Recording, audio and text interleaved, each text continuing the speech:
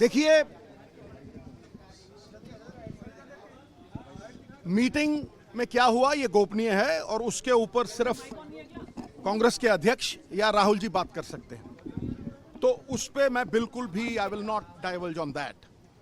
लेकिन एक भारतीय होने के नाते आज की परिस्थितियों पे मैं जरूर टिप्पणी करूंगा। हिंदुस्तान का संविधान मेरे लिए एक पवित्र ग्रंथ है। मैं उससे प्रेरणा लेता हूं। बचपन से लेकर आज तक मेरे बाबा भी उसी से प्रेरणा लेते थे और जब संविधान बना था देश को आजाद करके, तो उसकी जो कॉन्स्टिट्यूशनल वैल्यूज हैं वही इंस्टीट्यूशंस को भी स्ट्रेंथ देती हैं और तभी सरकारें लोगों का वेलफेयर कर सकती हैं। लेकिन आज मैं डंके की चोट पे कहता हूं कि संविधान की values are at the lowest ebb. जब ठाकरे साहब, उद्धव ठाकरे साहब की सरकार गिराई जाती है तो उसे सुप्रीम कोर्ट एक्नॉलेज करता है और यह कहता है कि अगर उन्होंने रेजिग्नेशन ना दिया हो तो रीइंस्टेट होते थे। तब आप किसी पार्टी के साथ नहीं खड़े, किसी इंडिविजुअल के साथ नहीं खड़े, आप संविधान के साथ खड़े हैं।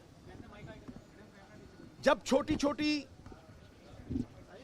Champions who bought laurels for their country, वो सड़कों पे ह्यूमिलिएट की जाती है, बेइज्जत की जाती है, और सत्याग्रह या एक पीसफुल धरना जो उनका जन्म सिद्ध अधिकार है, it is there fundamental right, जब वो स्नैच होता है और इतिहास रचा जाता है कि पॉस्को में एक माइनर कंप्लेंट पे किसी की कस्टोडियल इंटेरोगेशन नहीं होती and he is considered above the law, तो फिर आप कॉन्स्टिट्यूशन को डीवैल्यू कर रहे हैं।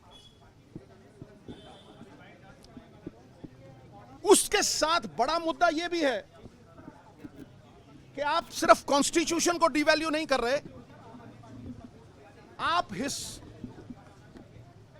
देश के जो मार्गदर्शी रहा है फेडरल स्ट्रक्चर को धीरे धीरे करके तहस नहस कर रहे हैं। स्टेटों के स्टेट लिस्ट पे आप लेजिस्लेट कर रहे हैं। काले कानून इसका प्रमाण है कि आपने कानूनी अधिकार भी छीन लिए और उनसे जिन्हें हम दाता के नाम से, अन्नदाता के नाम से जानते हैं। देखिए, जब आप गवर्नर्स के द्वारा इलेक्टेड सरकारों को डिक्टेट देते हैं तो वो असंवैधानिक है। And I protest strongly against all that. I stand with the Constitution of India. और हर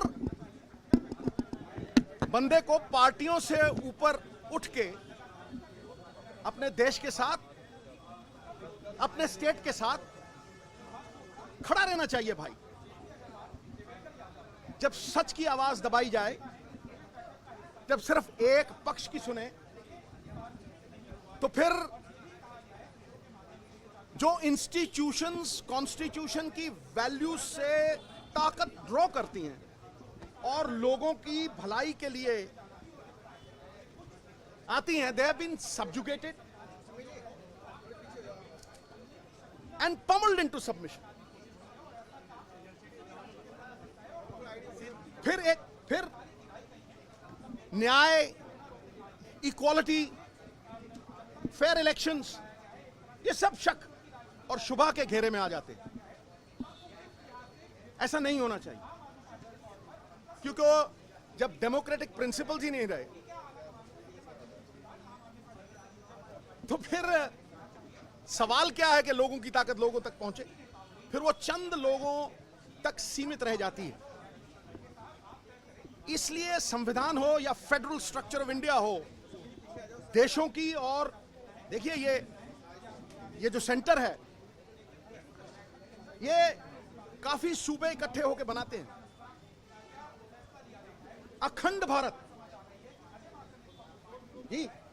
और जब आप किसी स्टेट को वीकन करते हैं, when you encroach and transgress on the state legislative list, तो आप हिंदुस्तान को कमजोर कर रहे हैं।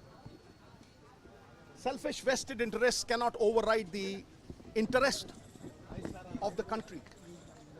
जिनके मत से बनती हैं सरकारें, और मैं लोगों की बात कर रहा हूं, it's not about caring about the public, it's about caring about your own interests. जिनके मत से बनती हैं सरकारें आज सड़कों पे दर बदर भटक रहे बेचारे। तो इसलिए उचित को जान के उस पे अमल ना करना ये कायरता का आभास है। समझे नहीं? आई विल देखिए, एक बात आप समझिए कि ऑर्डिनेंस पे हमारे अध्यक्ष और राहुल जी सारी आपकी समस्याओं का समाधान करेंगे। और जो देखिए, मेरी राय थी वो बंद कमरे में थी। ये जो राय है ये संविधान के पक्ष में है और फेडरल स्ट्रक्चर के पक्ष में है, समझे? इसलिए उस बात की तरफ जाइए मत। वो आपको बहुत शीघ्र ही राहुल जी, और उसमें मैं हस्तक्षेप नहीं करूंगा। नंबर एक, देखिए,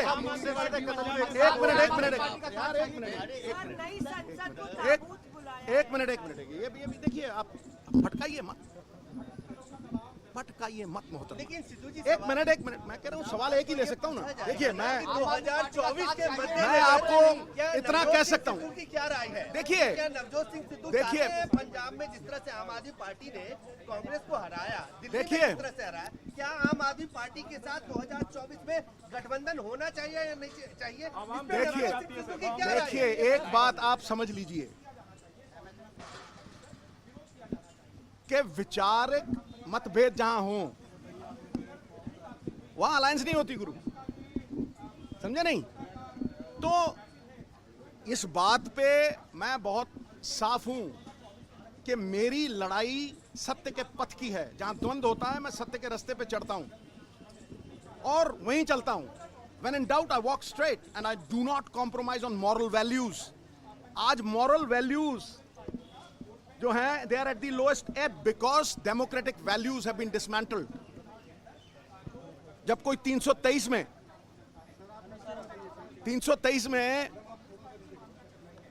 10 महीने अंदर जाता है तो वो उन संस्थाओं को ऑनर कर रहा है, लेकिन आज तक 72 साल में कोई हफ्ता भी नहीं गया। जब कोई एमपी डिस्क्वालीफाई कर दिया जाता है सच बोलने के लिए, ठीक है कि नहीं, तो वो भी संविधान की लड़ाई है भाई, तो उसमें किसी की परमिशन नहीं चाहिए। तो मैं जो अनुशासन पालेगा वही शासन पालेगा। अनुशासन से बाहर नहीं जाऊंगा, लेकिन अपनी रूह की आवाज मैं दुनिया तक जरूर पहुंचाऊंगा। धन्यवाद।